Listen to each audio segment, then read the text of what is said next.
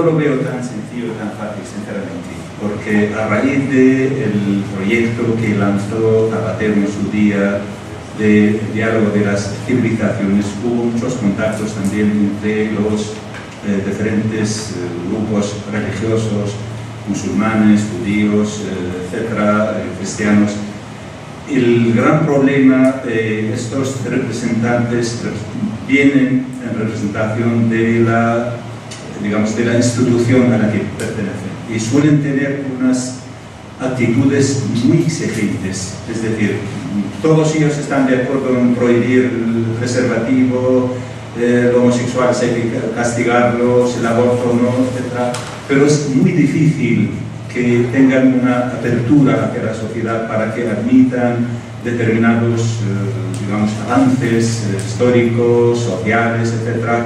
Y estas personas periféricas que hace referencia a ellos Amin Maalouf no son reconocidos por parte de las instituciones religiosas. Ese es el gran problema. Hoy en día en Egipto, por ejemplo, Al-Azhar es la autoridad máxima de la religión de Egipto, que es prácticamente una especie de referente para el mundo musulmán suní. Está peleando con ellos el Sisi, que no es precisamente un hombre demócrata, como sabemos por su golpe de Estado a los hermanos musulmanes, pero quieren abolir una ley que todavía está en vigencia en Egipto, que es el repudio oral, es decir, un hombre en determinado momento dice que yo repudio a una mujer, aunque no sea la mujer presente. Si lo dije 3 veces, se acabó, ya no hay matrimonio. Y esto todavía está en la ley egipcia. Y el gobierno egipcio está luchando contra Al-Azhar para abolir esto, y Al-Azhar, su respuesta oficial es que esto es el mandato de Dios, es la ley de Dios, no somos quien para cambiar la regla de Dios. Por esa razón yo veo que hay unas dificultades añadidas, particularmente entre los grupos religiosos. Bueno, no sé si... Sí, ¿cómo se parece que llevemos la pregunta? ¿Pregunta-respuesta o agrupamos según el horario? Tenemos media hora, un poquito más. Yo también, por favor, pido brevedad para que... ¿Qué te parece? Me voy a seguir brevedad, si quieres, vamos. Es verdad que a veces el diálogo interreligioso, cuando se promueve en términos muy oficialistas, llamémoslo así, cuando se convocan a los líderes oficiales que no están por la labor en muchos casos, ¿no? El diálogo interreligioso, como esta forma de diálogo, también tiene distintas escalas. No hay que esperar a que los líderes religiosos o las culturas hablen, que hablen desde las bases, que hablen desde las comunidades de base con una comunidad tal mezquita o en tal sitio, no solo en un musulmán o de otro. Es decir, hay que promover pautas de diálogo y causas de encuentro que fuercen desde dentro a las respectivas instituciones. Es verdad que además, cuando el diálogo es por arriba, planteado en esos términos, pues muchas veces el giro que toma es sumamente conservador. Se ponen de acuerdo en aquello que no es emancipador, y justamente se trata de lo contrario, es decir, que dialoguen las religiones respecto, bueno, a derechos de la mujer, por ejemplo. Si hay un tema necesario de recorrer de carácter emancipador y que afecta a las religiones en su conjunto, pues desde las bases, tanto varones como mujeres como varones, que dialoguen sobre esto, digamos, fuercen la máquina internamente para avanzar en sentido emancipador. Si no, no. Desde arriba, pues ya sabemos que los movimientos emancipatorios no han sido por decreto. Igual que la democracia, pues no se impone desde arriba sin más, sino hay una ciudadanía que la asuma la suya y se identifique con ella.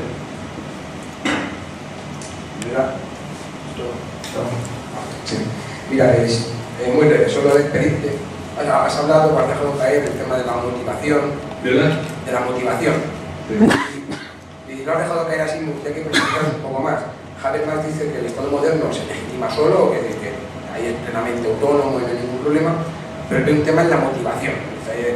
Yo quería que explicas un poquito exactamente qué consiste ese problema de la motivación y la solución, porque Habermas, como es el último Habermas, dice que no lo ve claro y acaba, a mi modo de ver, cediendo demasiado a las religiones, diciendo bueno, que las religiones que darle más actividad en el espacio público. Incluso te llega a hablar de la traducción, que los laicos debemos traducir a los religiosos en ese diálogo, en clave de reforma práctica. Sabes que Pablo Flores de Arcaiz lo critica mucho Habermas por eso. Entonces, bueno, me la conocer un poco tu opinión a ese respecto.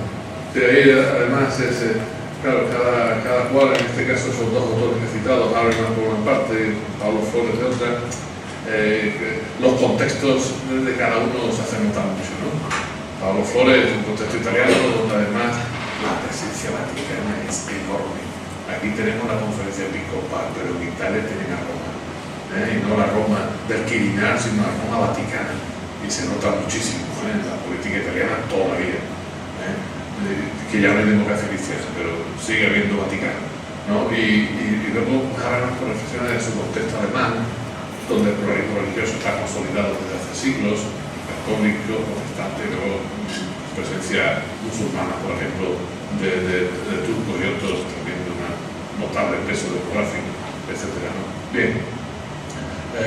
Habermas pues hace toda su teorización de la democracia y de su justificación procedimental de la democracia misma y de la legislación que produce la democracia en términos democráticos, como bien sabemos. Habermas en determinado momento se da cuenta de aquello que yo mencionaba al libro de Rousseau. Las solas razones no bastan, porque no nos movemos solo con la cabeza, digámoslo así, también tenemos motivaciones que arraigan en el corazón. Lo cual no quiere decir que el corazón no tenga sus razones, dicho en términos pascalianos, pero habría que responder en términos de Spinoza que hay que hacer de la razón pasión y a su vez la pasión razonable. Conclusión de Habermas. De ahí Habermas dio un cambio decisivo cuando empezó a tocar estas cuestiones. Tenemos que ponernos de acuerdo en el objetivo de justicia, no viene desde Kant, ¿no? Porque ya no estamos de acuerdo en moral de máximos, no estamos de acuerdo en cómo cada cual entiende la vida buena, pero de cómo cada cual entiende la vida buena podemos estar en un núcleo ético común en torno a lo justo, que es la parte a la que nos obligamos con argumentos todos. Ahí hay que focalizar el diálogo. Pero Habermas se da cuenta que incluso, y fue también de Russell, cuando buscamos acuerdos en torno a lo justo, cada cual está pensando desde su idea de lo bueno. Debemos imponer cada cual su moral de máximo. No se puede imponer el ayuno del Ramadán ni tener la visión del matrimonio, no. Vamos a ir a derechos que todos debemos respetarlos. Luego en su concreción también social y económica, lo justo. Pero, aunque no pensemos en que lo bueno de cada cual se imponga, cuando pensamos lo justo, inevitablemente estamos pensando en una idea de lo bueno. Discriminando, depurándola, discerniendo. Es ahí donde sigue teniendo un papel las tradiciones culturales y con las tradiciones culturales, en algunos casos las tradiciones religiosas. Y a veces un papel explícito, porque quienes se están buscando de acuerdo en torno a lo justo, no dejan de ser individuos en comunidades religiosas. ¿De verdad? Entonces, ahora dice, hay que tener en cuenta lo bueno y hacer ese ejercicio de traducción. No solo tenemos que hacerlo los laicos respecto a qué dicen los religiosos, sino que quien argumenta desde la pertenencia a una comunidad religiosa tiene que traducir eso a un lenguaje civil político. No puede remitirse a la ley de Dios. Tiene que, si tiene que digamos, argumentar a favor de determinado proyecto de ley, de tener un tratamiento solidario de justicia, no es porque su religión lo diga, sino que eso lo tiene que traducir a un lenguaje universalista de razones que podamos compartir. Entonces, lo bueno hay que verterlo al lenguaje universalista de la justicia. Luego sigue existiendo ese vacío que Habermas reconoce en determinados momentos, el vacío de la motivación, ¿no? Porque las buenas argumentaciones también tienen que arraigar en una motivación sólida que es decir, en términos contractualistas se puede dar una buena justificación de por qué hay que mantener cierta visión de contrato social o de pacto o alianza, digamos, como elemento consensual básico de la sociedad. Pero, oye, ¿quién nos obliga al pacto? Es decir, si el pacto implica que determinados intereses, aun siendo legítimos, hay que renunciar a ellos en aras de derechos de todos, aunque sean minorías, ¿por qué? Hay un factor motivacional que requiere también su propio razonamiento. Desde el punto de vista, el libro que se mencionaba era normalmente César, un capítulo sobre la ciudad y otro sobre estas cuestiones, pues también lo abordo eso. Y es, digamos, desde mi punto de vista, la complementación que aporta un planeamiento como el de Levinas a un enfoque deliberativo como el de Habermas, cubriendo esa dimensión motivacional. Gracias. La línea de lo que decía el compañero, va pensando en el diálogo entre la razón y el Habermas, cuando hablaba justamente que Es un poquito más fuerte. sí, que tiene que haber en el espacio público tiene que haber un diálogo también entre la pretensión de la vida, digamos, un creyente y no creyente, tienen que reconocerse mutuamente, ¿no? Y no tienen que despacharse los creyentes religiosos como algo totalmente irracional. Y esto lo voy a calzar con el tema de lo que están diciendo más sobre las teorías, cuando habla sobre pensar la religión, justamente.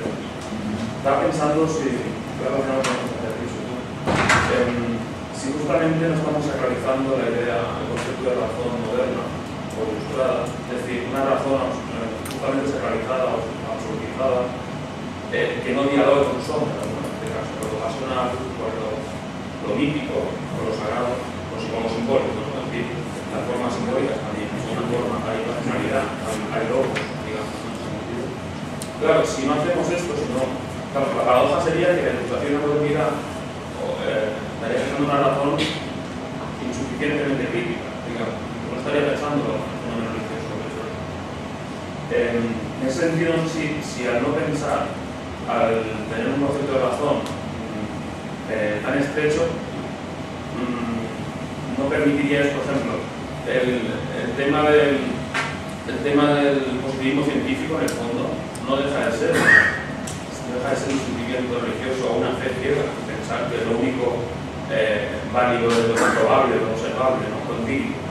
O la propia doctrina marxista, ¿no? Que en el fondo cae en una materiología de la historia, un progreso racional, una salvación, ¿no? Común. Bueno, en ese sentido, o nacionalismo político-cívico, pensar la nación como un Dios. Es decir, si no pensamos la religión, si la razón no piensa la religión, si no piensa lo racional, lo simbólico, como un diálogo, caemos en el peligro de que se creen este tipo de peligros, digamos, de nacionalismos o positivismos, etc. ¿no? Sí, totalmente de acuerdo. Yo creo que en esta crisis de la modernidad, que empezamos hace décadas llamando la posmodernidad, nos hemos dado cuenta que es más que una etapa final o simplemente que continúa tal lo que había, pues el concepto de razón que hemos utilizado lo hemos sometido a una fuerte crítica, ¿no? A veces también podemos pensar que un poco pasada de rosca, ¿no? Porque claro, la crítica a determinados conceptos de razón ha conllevado muchas veces la crítica a las pretensiones universalistas de la razón, y como no es posible una verdad absoluta, pues vamos a una posición relativista. No hay ninguna verdad absoluta. No quiere decir que todas las verdades sean presuntas verdades sean diferentes. No se situará una posición absolutamente relativista o bloqueada como una posición escéptica de la que no hay salida, ¿no? Es decir, necesitamos una razón más humilde, más dialógica, y más dialógica no solo en términos internos de la propia cultura, sino más dialógica interculturalmente. Alguien planteaba esta mañana que pensarán de esto en Moscú, en Singapur o en Tokio. Claro, necesitamos, y máxime con las instalaciones que tenemos, en un mundo globalizado pero tan desequilibrado y tan injusto, pero necesitamos construir planteamiento universalista desde una razón dialógica. Habermas tiene una fórmula bonita que la cito mucho, que es la unidad de la razón y la diversidad de sus voces. Nos podemos poner de acuerdo desde las distintas voces culturales de una razón que funciona de muchas maneras. Alguien puede considerar que eso de la unidad de la razón, dicho tan enfáticamente, todavía es de una ilustración muy europea. Pero bueno, las distintas razones que emergen de las distintas historias, que funcionan en las distintas culturas, bueno, algunos sostenemos que tienen elementos en común suficientes para poder entendernos. Y no solo para poder entendernos, hacer traducciones no solo de lo religioso a lo cívico, civil o político, sino de una cultura a otra, ¿no? Y naturalmente la traducción en muchos casos no puede ser total y no puede ser completa, Pero eso no quiere decir que sea falsa o que sea insuficiente para lo que pretendemos resolver. Y podemos resolver. Pero actualmente esa razón tiene que hacer su propia autocrítica, y ya se ha dicho mucho respecto a ello, por la propia corriente hermenéutica, por todo el pensamiento en este contexto de crisis de la modernidad, el pensamiento de la diferencia, el pensamiento de la dialéctica negativa. Los mismos Horkheimer y Adorno pues ya hablaban de cómo la ilustración que se pretendía por encima de todo mito construye su propio mito y se mitifica. Claro, perdón, tenemos que salir de esas mitificaciones modernas, ¿no?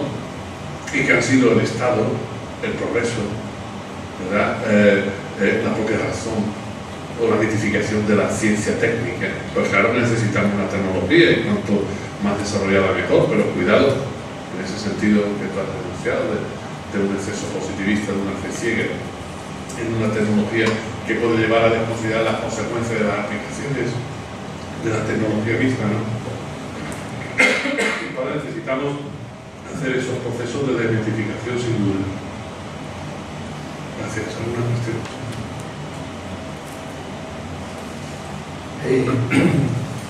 Normalmente, incluso dentro de Europa laica, se suele decir, yo creo que a veces con cierto simplismo, que es el Estado, las instituciones públicas, lo que se ha dicho, el espacio público institucional, el que es laico. La sociedad es plural y que sea lo que sea. Y yo creo que aquí se ha apuntado una idea que es importante, que la laicidad también hay que democratizar, o hay que hacer más laica la democracia, pero también en el espacio público comunitario, ¿no? En el que nos encontramos todos. No basta, claro, en este país, como en otros, el otro es previo, ¿no? Que lo que llamamos neutralidad e imparcialidad del Estado y las instituciones es condición, ¿no? Es condición de posibilidad de la convivencia y de la igualdad, ¿no? De derechos. Pero yo creo que en el otro espacio, que también tiene que penetrar la laicidad, no creo que sea tanto se han puesto los problemas del diálogo interreligioso, porque de hecho, no solamente lo que ha hecho Walid, que es que en los hechos ahora lo que se está planteando es multiconfesionalidad, o que las religiones minoritarias tengan acceso a los mismos privilegios que tiene la mayoritaria Iglesia católica. Y en ese sentido yo creo que justamente, y además en la discusión que se suele tener con la gente que se escuda en sus creencias para justificar privilegios, es el diálogo sobre la común ciudadanía, o lo que normalmente se dice, tenemos que implicarnos todos y colaborar y participar en un proyecto común de ciudadanía. Yo creo que ese es el concepto justamente en el que es posible, creyentes, no creyentes, culturas diferentes, decir, pero tenemos algo común que hacer. Y si tenemos algo común que hacer, no será en función de las creencias particulares, que son respetables, pero tenemos que discutir en cómo construimos y no simplemente cómo sobrevivimos justapuestos comunidades diferentes, sino cómo tendremos que participar y colaborar. Ya digo que ahí yo creo que más que el diálogo interreligioso, lo que puede valer es ese insistir en ese concepto común de ciudadanía, ¿no? De construcción de un espacio común en el que tenemos que implicarnos todos. Sí, estoy de acuerdo, tanto así que vuelvo a remitirme a esta obra de hace unos años, Terminalizar la justicia, aportaciones para una ciudadanía intercultural, como esa ciudadanía común, metanacional, ¿sí? que los derechos de ciudadanía que corresponden a la Convención de Ciudadanos no deben quedar en suspenso o dependientes solo de la adscripción nacional, porque hemos entendido la ciudadanía como algo que va vinculado a la adscripción a un Estado-nación, pero en el contexto en el que estamos hoy, ni dentro de un Estado, ni en términos exteriores, nacionales o globales, lo nacional es el único factor determinante de la condición de ciudadano. Es una manera de darle comprensión a las pretensiones de universalidad de derechos que no deben quedar en suspenso, por ejemplo, por cuestiones de diferencias culturales o de atravesar fronteras, ¿no? La cuestión es la siguiente. Si insisto en el diálogo interreligioso es porque me parece una pieza fundamental de la intercultural, pero no debe ser la única, mucho menos. Tiene que ir acompañada de un diálogo político y un diálogo en otros muchos ámbitos, ¿verdad? Pero este es especialmente importante en el sentido de que ese diálogo tiene que partir y apuntar a la vez a que las religiones, las diferentes comunidades religiosas, asuman el principio de la laicidad. Y en este sentido, digamos, la cuestión, digamos, no solo política, sino convivencial, de convivencia democrática en una sociedad, no se arregla meramente multiplicando privilegios. Por eso, en España, el diálogo interreligioso va a tener muchos obstáculos si la Iglesia Católica sigue manteniendo sus privilegios, porque va a quedar sesgado, obstaculizado, porque otras confesiones querrán tener los mismos privilegios de la Iglesia Católica, y no es ese el mejor camino. No. Las iglesias deben tener su espacio y su reconocimiento en el ámbito social, como comunidades, ¿verdad?, constituidas por sus individuos y tal. Las comunidades que tienen que tener un reconocimiento en algún sentido, incluso jurídico, no me refiero a político, jurídico, igual que hay reconocimiento de otras entidades. Pero la cuestión es que desde ese diálogo hay de construir ese espacio común, donde habrá confesiones religiosas y otras organizaciones, donde habrá ciudadanos creyentes, no creyentes, ateos, agnósticos o lo que sea, ¿no? En ese sentido, creo que es fundamental, efectivamente, poner el objetivo de una nueva forma de ciudadanía como elemento clave para la convivencia democrática en un Estado que a su vez tiene que revisar muchos de sus ordenamientos jurídicos políticos, en su misma Constitución y en las derivaciones legales que se siguen de ese texto constitucional. Otra cuestión de fondo, incluso muy apasionante, filosóficamente y crucial para otras cosas, es esa soberanía que debe ser laica, cómo se deriva ese replanteamiento hacia esa soberanía que tiene su arraigo, como dice el italiano Luigi Ferrarioli, su resto efectivo en la soberanía del individuo, del sujeto, del ciudadano como sujeto político. En vez de esa soberanía de los estados, que muchas veces a muchos se le llena la boca a la vez que se cede o se sacrifica, o se exceden con ella, se ceden y se exceden a la vez, ¿verdad? Se exceden sometiéndose al de arriba y se excede aplicándola al de abajo, ¿verdad? Y es una soberanía que por otra parte se está perdiendo, pues vamos a una forma de ejercicio de la soberanía mucho más democrática y efectiva desde la realidad de la ciudadanía que efectivamente tejemos y nos reconocemos unos a otros, ¿no? Hay una cuestión que me parece importante subrayar, es un tema arduo que para unos minutos finales casi no hemos mencionado, pero sí porque tiene que ver con esto que decimos y con algo que salió esta mañana. Es la diferenciación entre derechos individuales y derechos colectivos. Yo creo que es una diferenciación necesaria. Y necesaria no solo respecto a las confesiones religiosas, sino, por ejemplo, en España, cuestiones nacionales que hay que resolver, ¿no? Claro, la cuestión, esto lo estudia muy bien, por ejemplo, el canadiense Bill Kimlicka, en algunas de sus obras, como Ciudadanía Multicultural o Políticas Vernáculas, ¿no?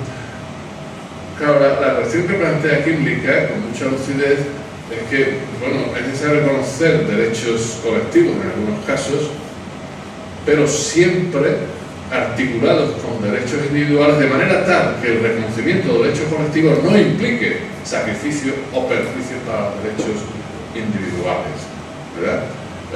Porque los derechos colectivos protegen una comunidad nacional o de otro tipo hacia afuera, pero no deben implicar una constricción o una coerción hacia adentro de los individuos. Es decir, tiene que haber espacios para la desobediencia cultural, o dicho en términos religiosos, para la apostasía, por ejemplo, ¿no?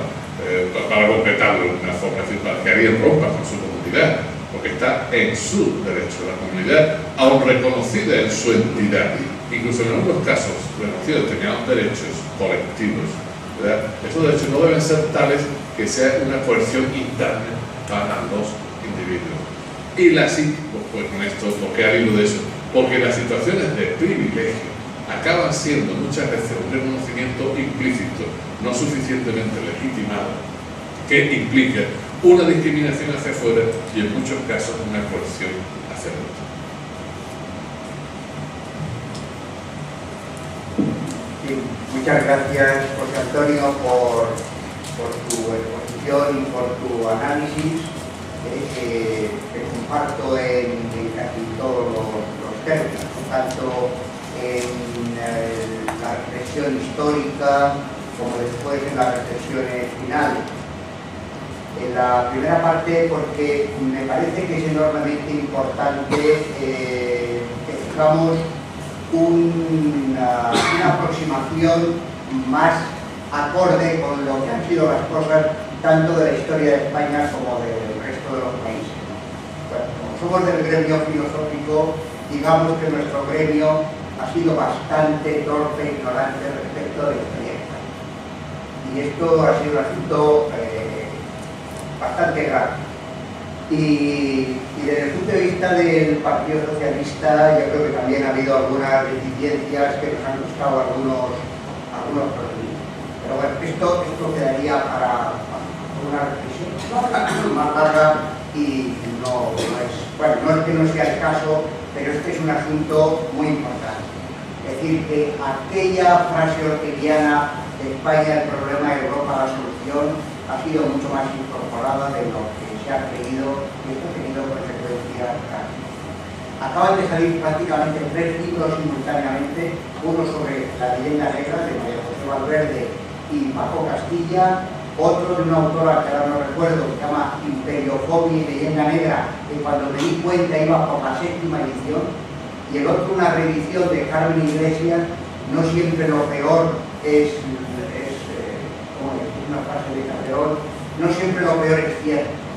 Quiero decir que hay un afán en la sociedad española ahora de acceder a cómo han sido las cosas, no como se han dicho desde el punto de vista del mantenimiento de determinados tópicos.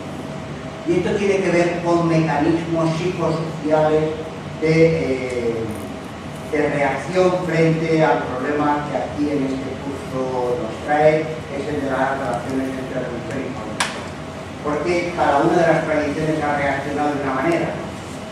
Y es verdad que ha habido países que han tenido mecanismos más racionales, pero aquí también se ha practicado mucho aquello que se obedece pero no se cumple. Y a veces la secularización ha venido más por estas vías. Pero esto es una cosa que tiene que ver con esto, pero ya digo, comparto el análisis que has hecho, me ha parecido correcto, y yo creo que hay que insistir por aquí, porque esto de que otros países han sido muy libres, y ha habido libertad de conciencia, y aquí ha habido simplemente contrarreforma, etcétera, la cosa me parece que es bastante más compleja. Esto es una cosa. La otra, a propósito de lo que has dicho, que me parece muy interesante, de pensar la laicidad, pensar el papel de los religiosos, etcétera. Bueno, casi 50 años antes que Freud, aquí lo plantearon libres pensadores vinculados a la institución libre de enseñanza, que luego fueron justamente los que la España católica obligó a exiliarse. Porque no fue la España roja, fue gente como Joaquín Chirao, o fue gente como Zambrano, o gente como Gallego Rocapur, etc., que la tradición democrática española no ha terminado de incorporar. Y este es otro plano de lo que has planteado. Es decir, de comunicar correctamente los religiosos. Ya digo, sí, de acuerdo. Y luego hay otra cosa que es lo que quería, y era la oportunidad que hay en determinados momentos para hacer determinadas cosas que si no se hacen no es tan fácil hacerlas. Y esto tiene que ver con el núcleo de lo que has planteado, tiene que ver con la educación. O sea, no solamente tiene que ver con la legislación y la estructura del Estado. Yo creo que hay una desconfianza en la educación pública, lo digo incluso por parte del Partido Socialista, lo digo con una cierta pena como votante del partido desde las primeras elecciones, ¿no? Y creo que la generación de los años 80 debía hacer cosas que a lo mejor no pudo, o dentro de aquella concepción de que todo tenía que venir de Europa, poco se podía traer de la tradición española, no se hizo. Pero fue una ocasión perdida, o bastante perdida. ¿Por qué? Pues porque ahora las cosas son mucho más complejas. Una, ¿quiénes piden ahora ir a los colegios concertados? Resulta que son más bien no solamente las clases medias, sino las clases populares.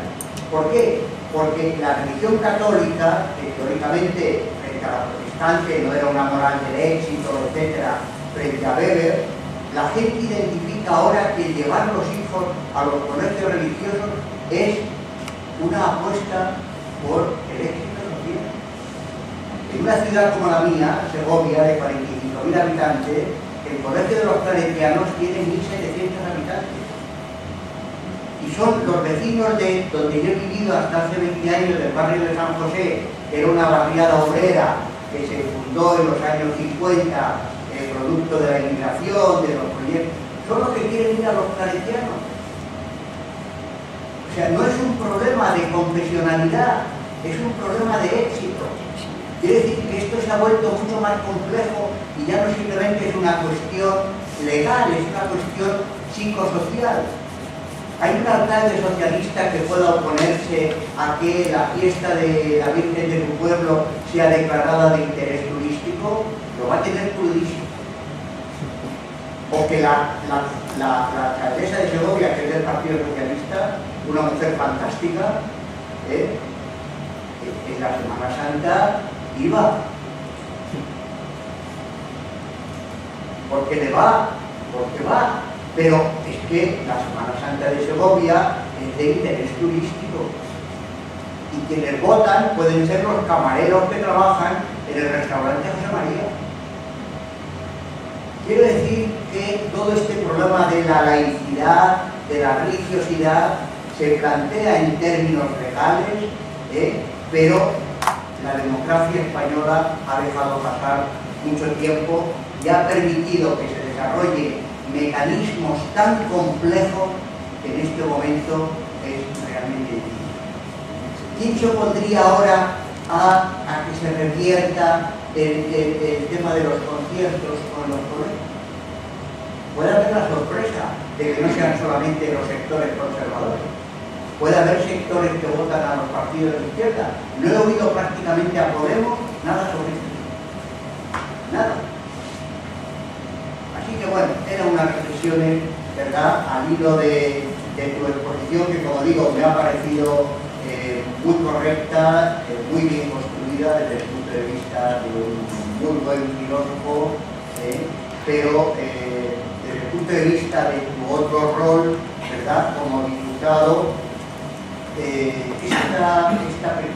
este escepticismo que tengo ahora de que por más que ahora se quiera reformar la Constitución, etcétera, no sé si no, en lo nuclear, no quiere decir que no se puedan hacer retoques, es porque los nacionalismos también se oponen el PNV, se opone Convergencia, ¿no?, etcétera, ¿no? Entonces, bueno, espero que no sea tanto, espero que no sea tanto. Bien, muchas gracias por esas reflexiones tan pertinentes. Muchas cosas interesantes en lo que has formulado. Primero, he dicho Ortega, ¿no?, España es el problema y Europa la solución. Claro, tanto es así que a lo largo de la misma transición incorporamos eso colectivamente, no solo por izquierda, sino algo problemático. El horizonte de Europa, de entrar en la Unión Europea, fue elemento, digamos, transversal, configurador de las políticas de los primeros gobiernos de la democracia, y además hacía falta y fue positivo, pero también tiene, desde Ortega para acá, incluidos esos momentos, tiene su reverso, ¿no? Y tiene su reverso porque nos falta en España suficiente capacidad de ese ejercicio crítico de la razón que comentábamos antes, para no incurrir o no sucumbir a las relaciones neocoloniales que se dan en Europa y concretamente en la Unión Europea, tanto desde el punto de vista económico y político como cultural. Desde el punto de vista económico y político basta mencionar algo. Está bien, formar parte de Europa, la Unión Europea, pero ya que aludes a cuestiones políticas muy concretas, una reforma como la del 195 de la Constitución implica estar en una posición no solo periférica, sino colonizada en la Unión Europea. a un país que no fuera de los PICs del sur no se lo hubiera sostenido, forzado a hacer una reforma de ese tipo, con muchas dificultades económicas que atravesar. Alguien puede consolarse diciendo que peor fue el caso de Grecia, que es, pero no fue lo mismo. Pero luego, culturalmente, claro, seguimos muy colonizados. España es el problema y Europa es la solución, sabiendo que Europa tiene sus problemas y que en España alguna palabra tenemos que decir con voz propia, que además coincidiremos con ello de nuevo en una palabra que dicha en español y portugués podemos añadir, no solo la diremos desde la península, sino desde el ámbito latinoamericano, reconociendo pues los vínculos que tenemos y también en estas cuestiones, porque en ese reverso de la modernidad el pensamiento latinoamericano ha hecho recorridos que en España aún no hemos hecho, revisando la modernidad europea. Y mucho tiene que ver, porque el reverso colonialista de la modernidad en América Latina era el imperialismo y el colonialismo español. Y aquí estamos en la paradoja de estar en una posición colonial periférica en el seno de Europa sin hacer la crítica misma de ese colonialismo que sigue afectando a nuestra visión de la historia, nuestras maneras de entender nuestra propia ubicación política en un contexto de globalización. Por eso la política ahora mismo respecto a Latinoamérica del Estado español deja mucho que desear, porque no se han quitado de encima, incluso pasando por una decadencia como la que se ha tenido, pues cierta mentalidad colonialista, que además nos deja desarmados para hacer frente a relaciones neocoloniales en el seno de Europa respecto al mundo anglosajón en su conjunto. Por ejemplo, hemos citado a Habermas a muchos aquí y está muy bien, hay que leerlos todos y quedarse con lo mejor, que diría San Pablo, pero bueno, también podemos citarnos a muchos de nuestro ámbito, del ámbito que escriben en español, que dicen cosas muy relevantes para esta y otras cuestiones. Y ahí hace falta productivas también de ese ejercicio de memoria histórica, porque si hubiera habido ese ejercicio de memoria histórica, por ejemplo, al hablar de estas cosas, por cierto, hubiera podido tenerlo más presente, el debate en el contexto de la República sobre la laicidad y la laicidad de educación, por ejemplo, de Fernando de los Ríos. Fernando de los Ríos, diputado socialista, catedrático de la Universidad de Granada, que tuvo unas intervenciones magistrales sobre este punto, como habían mencionado, las aportaciones de la institución libre de enseñanza en ese terreno. Pero bueno, figuras luego desde Machado hasta tantos otros que serían emblemáticas para una educación laica y además muy respetuosa y dialogante con el mundo de las religiones, lo cual es una aportación hispana interesante, ¿no? Ciertamente pues suscribo lo que has dicho en este sentido. Respecto a las cuestiones, es verdad que se escapan ciertos momentos históricos y luego, si en un momento es difícil por una razón, en otros momentos se complica por otras. Basta recordar, pues decir, lo que ha contado Malabar, recogido en libros, respecto a qué ocurría en el Ministerio de Educación cuando él llegó y si otros ministerios estaban, invadidos por otros poderes.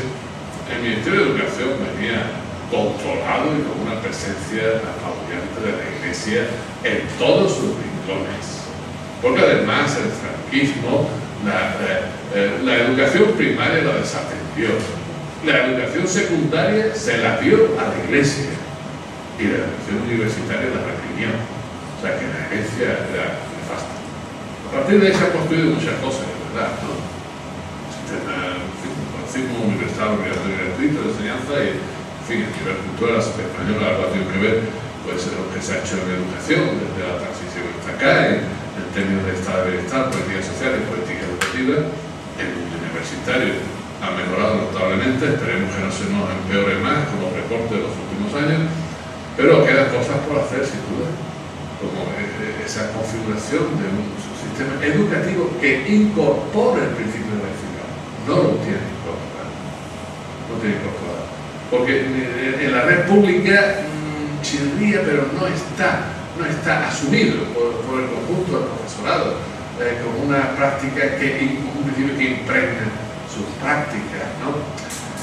Y en la red concertada pues el planteamiento es muy confesionalista y Y ya que existe doble red, porque así se establece la Constitución del 78, el sistema educativo es doble red, público y privado, no hubo una ley de conciertos, etc. Si el principio de laicidad acompaña una democracia correcta y consecuente, el principio de laicidad tiene que asumir la enseñanza concertada. Y suscribo lo que has dicho, la enseñanza concertada, si hoy tiene más demanda, bueno, no es porque están ávidos de educación en la fe, es porque funciona de determinada manera en el mercado de la educación, donde lo que van buscando muchas veces, en fin, en su legítimo derecho de los padres, es capitalizar la educación. No, unas especiales cualidades formativas, no. La educación está viéndose como una inversión de largo plazo, lo cual tiene que ver con las presiones y la competitividad, no solo en la concertada, sino que se introduce desde la misma legislación educativa en todos sus niveles, desde la infantil hasta la universidad en todos sus grados, ¿verdad? Pues estamos atrapados en una competitividad y en unos criterios de evaluación de la educación, de evaluación del alumnado y luego de evaluación de la práctica docente y del funcionamiento de la institución educativa, no hace falta decir de marcado carácter neoliberal, sino de neoliberalismo puro y duro. Nos lo hemos tragado entero, no solo en las cuestiones económicas, sino en las cuestiones educativas tan sensibles, y va a ser muy difícil salir de ahí, porque estamos colonizados, no solo por determinadas prácticas políticas en el ámbito inmediato, sino porque se ha debilitado nuestra capacidad intelectual y política de resistencia en ese sentido, ¿no? Y además, aprovecho para decir que esto es tan exitoso porque la izquierda, a ver si alguna vez salimos de tanto enfrentamiento inútil y podemos pensar y actuar con más eficacia y más solvencia también, porque la derecha nos gana la partida. Perdona que lo diga en estos términos tan explícitos, y si hay alguien de derecha, pues en este caso que lo tome como quiera, porque aquí el auditorio será plural también. Pero ¿por qué gana la partida? En este caso, bueno, porque la derecha está funcionando con una alianza eficacísima y muy bien trabada entre componentes neoconservadores y componentes neoliberales. Y uno complementa al otro. Y por eso los planteamientos educativos son estratégicos.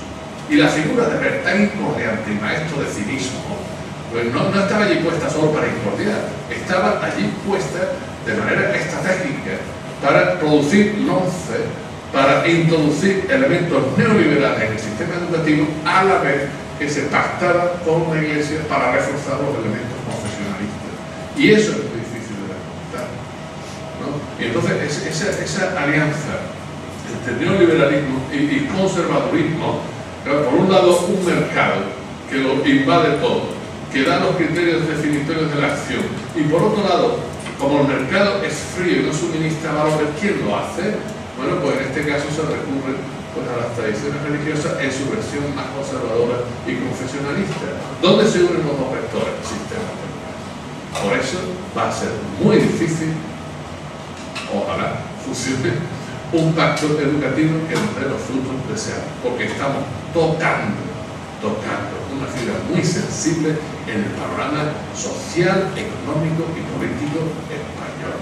En otros sitios será de otra manera, pero aquí es así, ¿no? Y será muy difícil lograr un pacto educativo. El ministro Gabilondo en su momento lo intentó, pensando que, como buen hermeneute, conocedor de la tradición de Riquet, Gadamer y todo esto, pues las buenas razones producen consenso.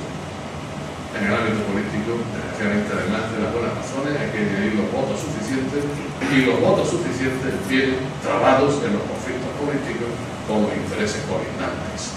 Y entonces, pues, Gabilondo intentaba el pacto político y el PP no estaba preparado. ¿Alguien me puede asegurar que el Partido Popular u otros están por la labor del pacto político?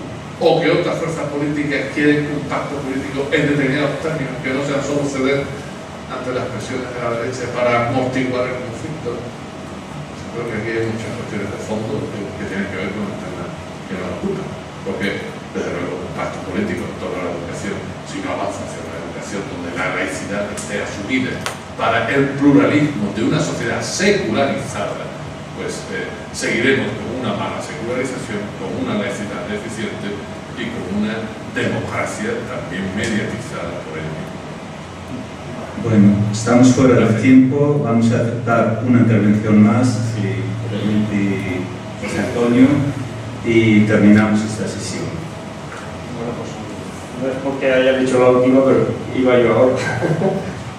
Oye, José Antonio, una pregunta, porque yo quiero preguntarte la parte también de tu faceta política, hasta donde puedas llegar, porque a mí me ha parecido muy interesante esa aportación de remarcar que el diálogo interreligioso tiene que estar basado necesariamente en la asunción previa por todos los componentes de un marco de laicidad. Y eso es un planteamiento, bueno, digo que correcto, es muy incluso pragmático, es decir, en la práctica, es decir, asumes esto y nos sentamos a hablar. El problema es que yo creo que eso, como tú también has apuntado, cuando hay privilegios a los cuales compararse, eso es prácticamente imposible. Yo tengo la experiencia, no yo, Madrid Laica, tenemos la experiencia como organización de estar participando en el plan de derechos humanos del Ayuntamiento de Madrid.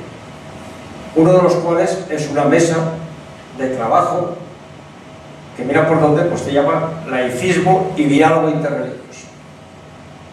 Bueno, esta mezcla es explosiva e incluso partiendo de lo que tú has planteado. Pero es que claro, esta mesa, cuando en los borradores se empiezan a hablar las reivindicaciones que desde el mundo de los que quieren el diálogo interreligioso plantean a nivel de ayuntamientos, ya no son como competencias estatales, pues te planteas ahí pues, la necesidad de un diálogo interreligioso para donación de suelo público, festividades locales adecuadas a cada una de las religiones, subvenciones, por supuesto, no se dice que son privilegiadas, pero en función de tal, parcelas en los cementerios, presencia de los actos de las distintas confesiones en la web del ayuntamiento. Hay una cosa, incluso hasta allá, no sé cómo llamarla, la noche de las religiones, similar a la noche de los templos. Entonces, eso evidentemente no toca la financiación, la educación concertada, no toca los acuerdos con la Santa Sede, no toca esos temas. Y yo te pregunto, ese planteamiento tuyo personal, que quiero que es del diálogo basado a nivel del Partido Socialista Obrero Español, ¿cómo se traduce o qué márgenes hay o qué ejemplos hay que habría que dialogar en este diálogo interreligioso? Porque si lo que hay que dialogar es cuántos metros cuadrados y cada vez el cementerio de la Almudena, cuántas páginas web y pues evidentemente para eso Madrid Laica no jugará, pero vamos, es una decisión que tenga que llevarla yo. Bien. Está ocurriendo el partido, ¿no? Está ocurriendo como partido, porque no la que quieras tú decir. No, la opinión como partido además está escrita en las últimas resoluciones del Congreso recientemente celebrado. A nivel estatal. Exactamente, a nivel estatal. Y bueno, ahí hay pasos importantes que de nuevo se formulan una vez más, quizá de manera más enfática que otras veces. Claro, cualquiera puede decir que ahora falta la prueba de la realidad, ¿no? Y esto, fundamentalmente, claro, cuando todo este debate de elementos tan complejos, con tantos ingredientes, con tanta historia detrás, se lleva a documentos del Congreso, de posiciones oficiales de una fuerza política, etcétera. Bueno, pues a veces se concreta ya en unos puntos que pueden ser muy decisivos, pero que para la problemática de esos puntos puede ser insuficiente, no tocamos los aspectos. Claro, ahí se concentra casi todo, bueno, en los acuerdos de la Iglesia del Estado con la Santa Sede, denunciarlos y remover eso, y luego que eso dé pie a otro tipo de prácticas, ¿no? Pero claro, hay que afinar luego mucho más, y no necesariamente es decir, para que algo, es lo mismo, hacer una analogía, para que algo llegue a la Constitución o ley, antes hay que hacer un trabajo amplio de debate en nuestra sociedad, en nuestras organizaciones, si no la sociedad no te lo asume, ¿no? En los medios de comunicación, en la opinión pública, que es un ámbito institucional fluido, antes de Bauman lo dijo ahora, indispensable en democracia. Entonces todo esto hay que trabajar en democracia, más allá de los puntos concretos de denuncia de los acuerdos, que es absolutamente imprescindible y necesario. Pero claro, si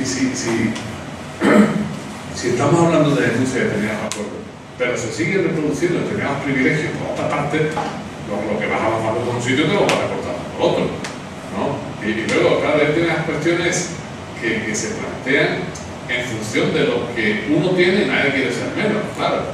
Y se llegan a situaciones tanto, en fin, ahí, no sé cómo calificar, pero como la cuestión del espacio en los cementerios. Si los cementerios son municipales y espacios civiles de enterramiento, pues mira, uno al lado de todos, que en la gloria de Dios estarán todos juntos, si es que llegan, ¿no? Entonces, hay que salir de...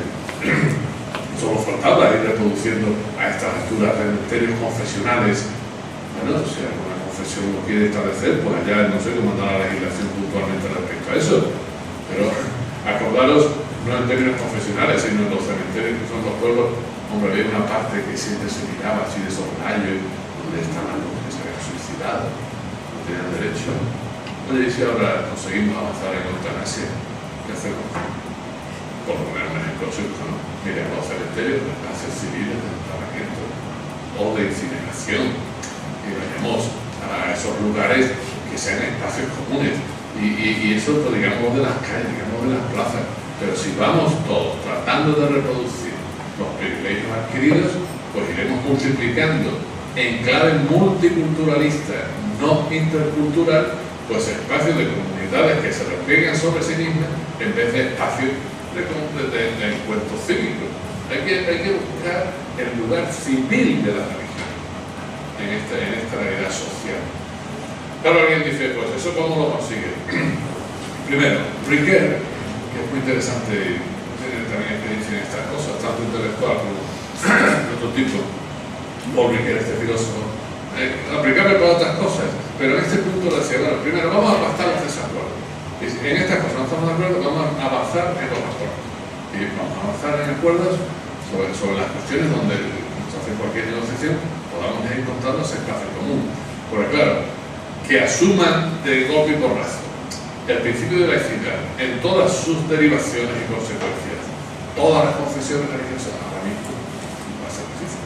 Pero la misma práctica del diálogo es la que tiene que ir logrando que se asuma ese principio de laicidad, empezando por la Iglesia Católica de larga tradición y presencia en nuestra realidad social, cultural e histórica, que no tiene asumido el principio de laicidad.